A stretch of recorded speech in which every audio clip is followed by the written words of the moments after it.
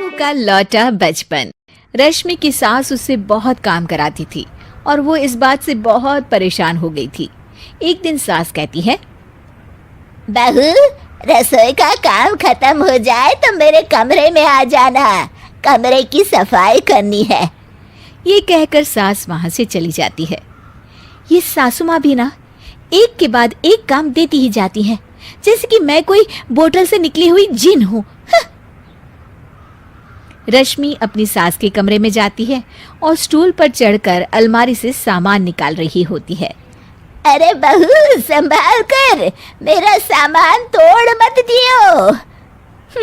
वाह, इन्हें अपनी बहू की कोई चिंता नहीं है, सामान की पड़ी है कि वो ना टूट जाए। अब तो इनका सामान तोड़ना ही पड़ेगा। रश्मि सामान हाथ में पकड़ लेती है और नाटक करने लगती है। सास ये देखकर घबरा जाती है। अरे बहू, मेरा सामान बचाकर कहीं गिर न जाए। हाँ हाँ मम्मी जी, नहीं गिराऊंगी आपका सामान। रश्मि का सच में बैलेंस बिगड़ जाता है। अरे मेरा तो सच में बैलेंस बिगड़ रहा है।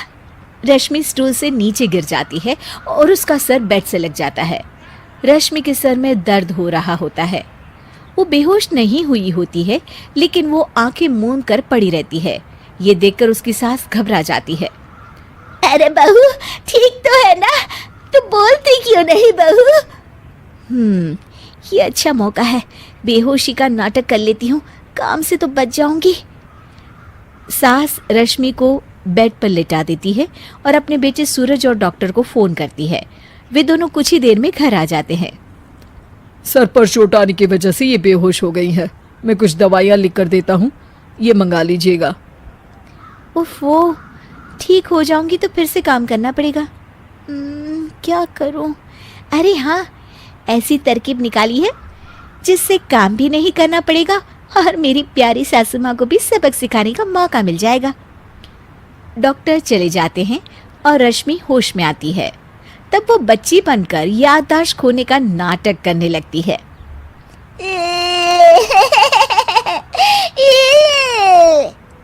अरे बेटा, ये बच्चे के रोने की आवाज कहाँ से आ रही है?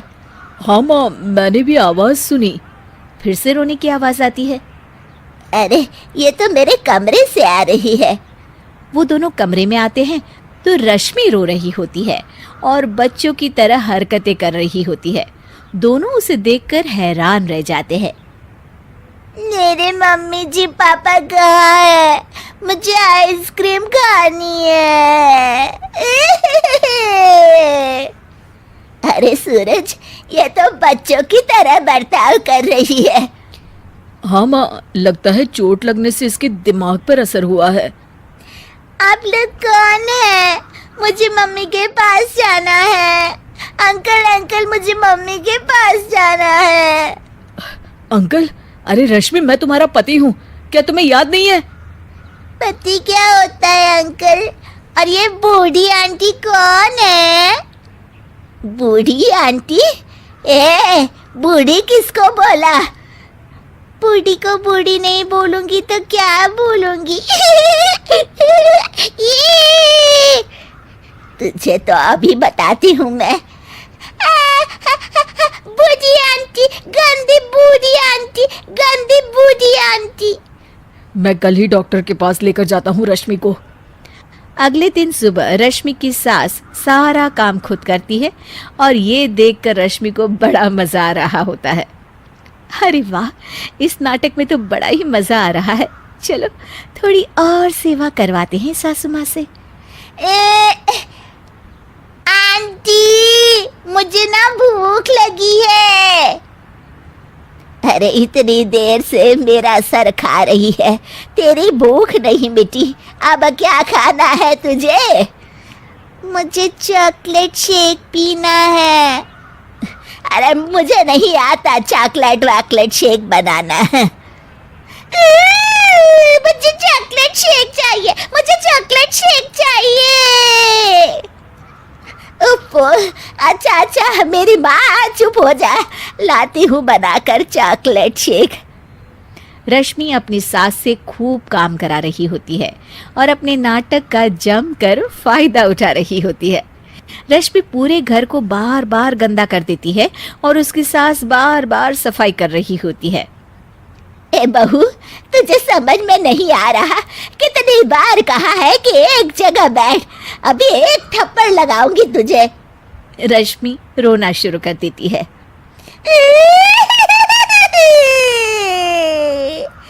अरे अच्छा बाबा, माफ कर दे, मत रो। तुझे जो करना है कर, पर रो मत मेरी माँ।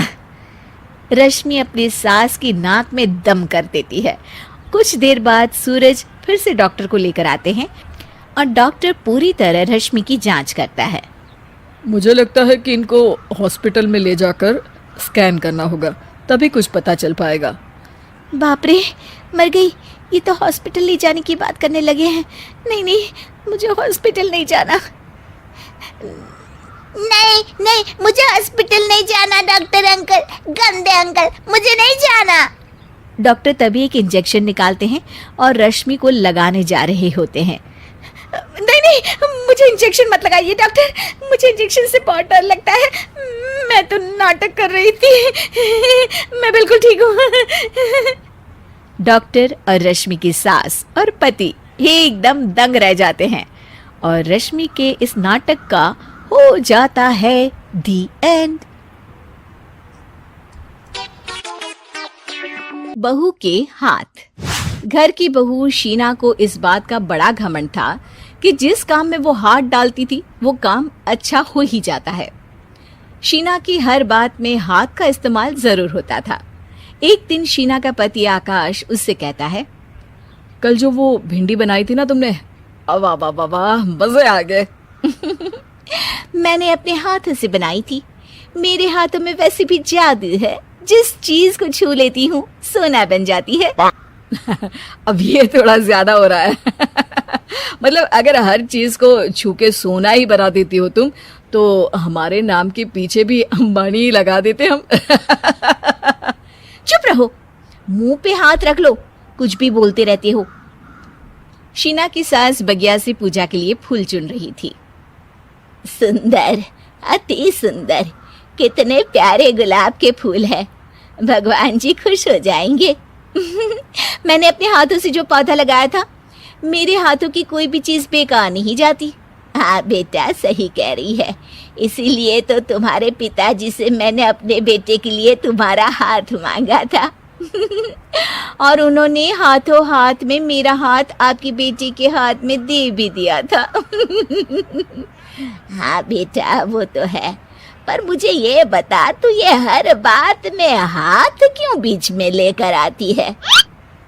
माँ जी, पंडित जी ने हाथ मेरा देखकर नैनीताल में कहा था कि मेरे हाथ जगन्नाथ हैं, मेरे हाथों से कभी कोई काम नहीं बिगड़ेगा, तो मेरे हाथों की तारीफ तो मुझे करनी पड़ेगी ना। हाँ हाँ, ठीक ही कह रही हो वैसे। तो मिलाओ हाथ इसी बात पर। शीना को न सिर्फ इस बात पे गर्व था कि उसके हाथ से सब अच्छा होता है, बल्कि घर के सारे काम भी वो पहले अपने हाथ से करती, फिर कोई दूसरा उन कामों को कर पाता। एक दिन शीना कपड़े धो रही थी। अरे घर में वॉशिंग मशीन है तो सही, खुद क्यों थक रही हो? कपड़े पहले मेरे हाथ से धुलेंगे, फिर वॉशिंग मशीन से। पहले हाथ की सफाई, फिर मशीन की धुलाई। अगर आज डाकू गब्बर सिंह होता ना, तो वो ये हाथ मुझे दे दे ठाकुर तुमसे जरूर कहता, और मैं तो दिलवा भी देता तुम्हारे हाथ। हर एक काम में हाथ बटाओ, ज्यादा जुबान न चलाओ, वरना दूंगी एक उल्टे हाथ से। क्या दोगी? कपड़े दूंगी, लो निचोड़ो। ऐसे ही एक दिन, अरे बहू, ये सोफे पर चढ़कर हाथ से पंखा क्यों घुमा रही हो? माँ जी, क्योंकि मेरे हाथ से घूमेगा तो ज्यादा अच्छे से हवा देगा। अरे बेटा, फिर तो तुम गाड़ी का पहिया भी हाथ से घुमा के मायके जाया करो। एक बार आकाश ने घर पर कार लाने की बात छेड़ी। माँ, सोच रहा हूँ कि एक कार लेकर आता हूँ। ले ले बेटा, क्यों नहीं? अरे पैसे हो तो हवाई जहाज भी ले लेना। हाँ, पैसा तो हाथ का मेल है, ले लेते हैं। इस हाथ पैसे देंगे, उस हाथ कार ले लेंगे। मुझे तो लगता है कि बहू कार भी अपने हाथों से धक्का लगाकर घर लाएगी। वो तो नहीं करूंगी, लेकिन सबसे पहले स्टीयरिंग पर हाथ मैं ही लगाऊंगी ताकि गाड़ी का आना शुभ हो। अरे घर ले आने तो दो, फिर हाथ लगा लेना। लेकिन शीना नहीं मानती। अगले दिन ही सब कार लेने जाते हैं। शीना सेल्समैन से कहती है, भैया ये कार बहुत पसंद है, पैक कर दो।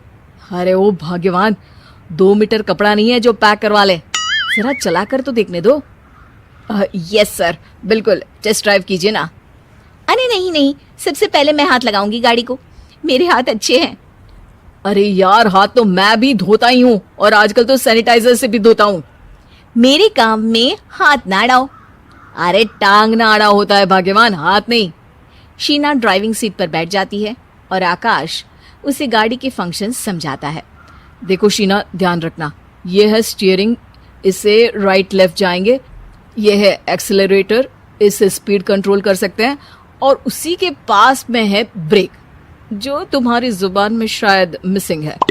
ठीक है, ज्यादा भी सिखाने की जरूरत नहीं है। मेरी माँ तो कहती है कि मैं अगर अपनी शुभ हाथ लगा दूं तो जग घूम जाए। तो ये स्टीयरिंग क्या चीज है? शीना गाड़ी स्टार्ट कर देती है और स्टीयरिंग को घुमाते हुए एक्सेलरेटर पर धीरे से पैर रखती है और शोरूम के बाहर के एरिया में ही गाड़ी घूमने लगती है, जहाँ दूसरी गाड़ियां भी रखी हैं। देखा मेरे हाथों का कमाल। अब ब्रेक दबा दो, आगे गाड़ी है। शीना आगे गाड़ी देखकर घबरा जाती है और पांव गलती से एक्सेलरेटर पर पड़ जाता है। कार आगे खड़ी एक बड़ी गाड़ी में घुस जाती है। दोनों कार से उतरते हैं। सेल्समैन भागते हुए आता है। अरे 7 लाख की गाड़ी खरीदने आए थे और 15 लाख की गाड़ी ठोक दी। Oh my God. आकाश की माँ, आकाश और शीना घबरा जाते हैं। इतना सारा पैसा कहाँ से आएगा?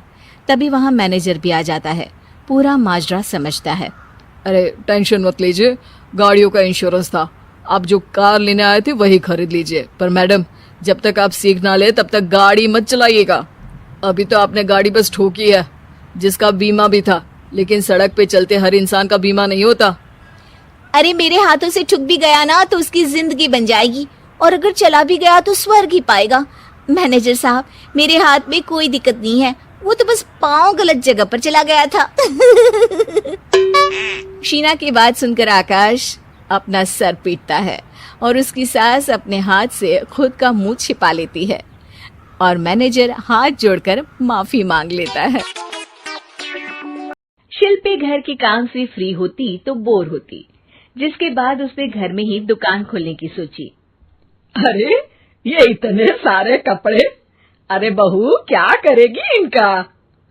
माँ जी, मैं घर में बोर होती हूँ तो सोचा सामने के कमरे में कपड़ों की दुकान खोल लूं। घर का काम भी हो जाएगा और 4 पैसों की कमाई भी। अरे वाह वाह, ये तो बहुत ही अच्छी बात है, मैं भी तेरी मदद कर दिया करूंगी।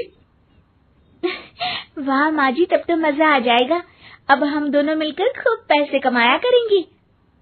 अब क्या था, सास बहू का काम चल पड़ा। एक दिन, अरे राकेश की माँ, सुनती हो? कहाँ चली गई? भूख के मारे पेट में चूहे कूद रहे हैं। अरे नंदिनी, कहाँ हो? भूख लग रही है। पापा कहाँ है माँ? पता नहीं बेटा, भूख लग रही है, आज तो किसी ने चाय भी नहीं पूछी। तभी सास बहू घर के अंदर ढेर सारे सामान के साथ आती हैं और वो भी हंसती हुई। अरे वाह बहू, ये तो बड़ी अच्छी मार्केट दिखाई तूने, बड़ा ही सस्ता सामान था। हाँ माँ जी, और ये सामान हम डबल पैसों में बेचेंगे, मजा आ जाएगा। अरे बहू, भूख लग रही है, कुछ खाने को दे दे। माँ क्या बात है, आज किसी ने पापा को चाय भी नहीं दी? अरे बेटा, अब 40 साल में तेरे पापा ने क्या चाय बनाना भी नहीं सीखा? अरे बेटा रहने दे अब इस बहस को, तुम लोगों ने वैसे बनाया क्या है? बहू परेशान हो जाती है और सास को अकेले में लेकर जाती है। माँ जी, आज तो हम लोगों ने खाना ही नहीं बनाया। अरे बेटा, बाहर के छोले भटूरों से पेट इतना भर गया कि याद ही नहीं रहा कि घर में ये लोग भी हैं खाना खाने के लिए। अब क्या किया जाए? तभी घर में एक महिला आती है। जी वो सुना है आप लोगों की यहाँ साड़ी बिकती है, जरा दिखाएंगे क्या? हाँ हाँ, क्यों नहीं। माँ जी, आप इन्हें साड़ी दिखाइए, मैं तब तक पिताजी और इनके लिए खाने का इंतजाम करती हूँ। सास उस औरत को लेकर सामने वाले कमरे में चली जाती है जहां उन लोगों ने दुकान खोली थी। वहीं बहू भी किचन में चली जाती है। अब इतनी जल्दी क्या बनाऊं? पापा जी तो खाने के लिए भी बैठ गए हैं। आइडिया, मैं खाना बाहर से ही ऑर्डर कर देती हूँ। थोड़ी देर में खाना आ जाता है और बहू टेबल पर खाना लगा देती है। हे भगवान, कितनी कड़वी दाल बनाई है बेटा। नहीं नहीं पिताजी, वो क्या बात है नंदिनी, रोटी तो चबाई ही नहीं जा रही है, लग रहा है रबड़ खा रहा हूँ। एक तो इतने महंगे होटल से खाना मंगवाया और वो भी इन लोगों को पसंद नहीं आया। तभी सास नोट गिनती हुई बाहर आती है। वाह माँ जी, बड़ी कमाई हुई लगती है। हाँ, मैंने वो 2000 वाली साड़ी 3000 में बेच दी। अरे वाह माँ जी। दोनों सास बहू बहुत खुश हो जाती हैं। मेरे पेट में ना बेटा जोर का दर्द हो रहा है। अरे माँ, क्या हुआ? पेट में दर्द? बाहर का कुछ खाया था क्या? मैदा तो नहीं खा लिया? मैंने छोले भटूरे खाए थे। माँ, क्यों खाए? आपको तो पता है कि आपको मैदा सूट नहीं करता। चलिए माँ को डॉक्टर के पास ले जाते हैं। तभी अंदर से पापा की आवाज आती है। हे भगवान, मेरा तो पेट खराब हो गया। सब पिताजी के पास जाते हैं। पिताजी, आपको क्या हुआ? खाना बासी था शायद। अरे पिताजी, नंदिनी जानती है कि बासी खाने से आपकी तबीयत खराब हो जाती है, तो वो ऐसा क्यों देगी, है ना नंदिनी? वो खाना मैंने बाहर से ऑर्डर किया था। मैं और माँ दुकान का सामान लेने गए थे, इसलिए खाना नहीं बना पाए। क्या नंदिनी, दुकान के चक्कर में तुमने तो सारे घर का हाल बिगाड़ रखा है। चलो अब माँ और पापा को लेकर अस्पताल चलते हैं। अस्पताल में जाने पर डॉक्टर कहते हैं, हाँ, इन दोनों को तो एक दिन के लिए एडमिट करना पड़ेगा। क्या? क्यों? पेट ही तो खराब है ना। हाँ, तो घर ले जाइए ना, अगर लग रहा है कि कोई बड़ी बात नहीं है और हम सिर्फ पैसा कमाने के लिए इन लोगों को एडमिट कर रहे हैं। नर्स, जरा इन लोगों को बिल तो दे देना। चलिए मैं आप लोगों को पैकेज समझा देती हूँ। जब बहू के हाथ में बिल आता है, हे भगवान, 60,000 रुपए! इतना तो मैंने कमाया भी ना था। अब समझ गई कि कमाई के चक्कर में घर के लोगों की सेहत के साथ मैं खिलवाड़ कर रही थी। अंकित और अनु भाई बहन थे। माँ बाप के देहांत के बाद बड़ी बहन अनु ने दिन रात मेहनत करके अंकित की देखरेख की और उसे पढ़ा लिखा कर पैरों पर खड़ा किया था। दोनों भाई बहन खुशी खुशी रह रहे थे। एक दिन, दीदी, मुझे जॉब मिल गई है। अरे वाह भैया, तेरी मेहनत सफल हुई। मेरी मेहनत नहीं दीदी, आपकी मेहनत। अगर पापा के निधन के बाद मेरी जिम्मेदारी आप न उठाती तो ये सब नहीं हो पाता। मेरी सफलता सिर्फ आपके बलिदान की वजह से है दीदी।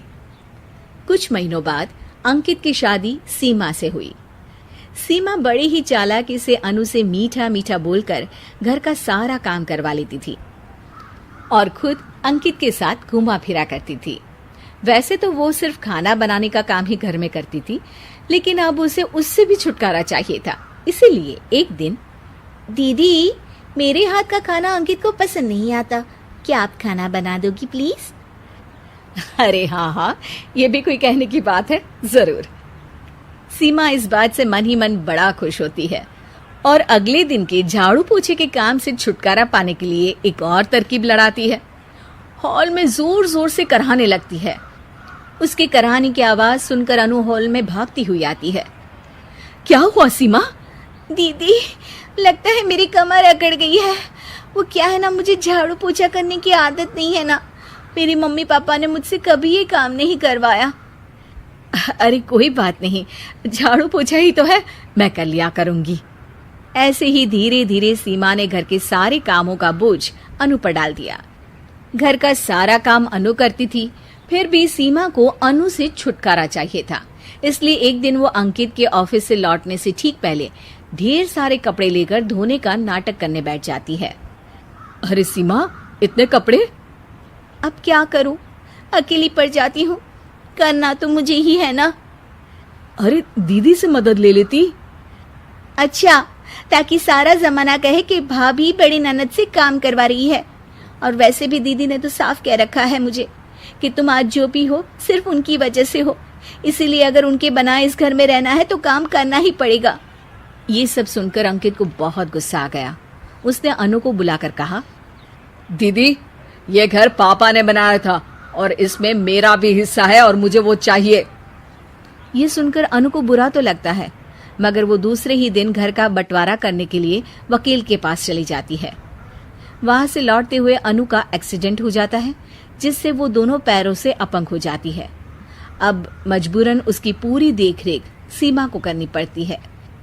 एक दिन सारे कामों से थक कर सीमा अंकित से कहती है, अजी सुनते हो, अब मुझसे तुम्हारी ये बहन की सेवा ना होगी। अगर कल तक तुम इसका बंदोबस्त नहीं करते तो मैं घर छोड़कर चली जाऊंगी। अरे ये कैसी बातें कर रही हो, इस हालत में वो कहाँ जाएंगी? मैं कुछ नहीं जानती, बस कल ये इस घर में मुझे दिखनी नहीं चाहिए। अंकित अपनी बीवी की जिद के आगे हार मान लेता है और अनु को शेल्टर होम में छोड़ आता है। 3 महीने बाद।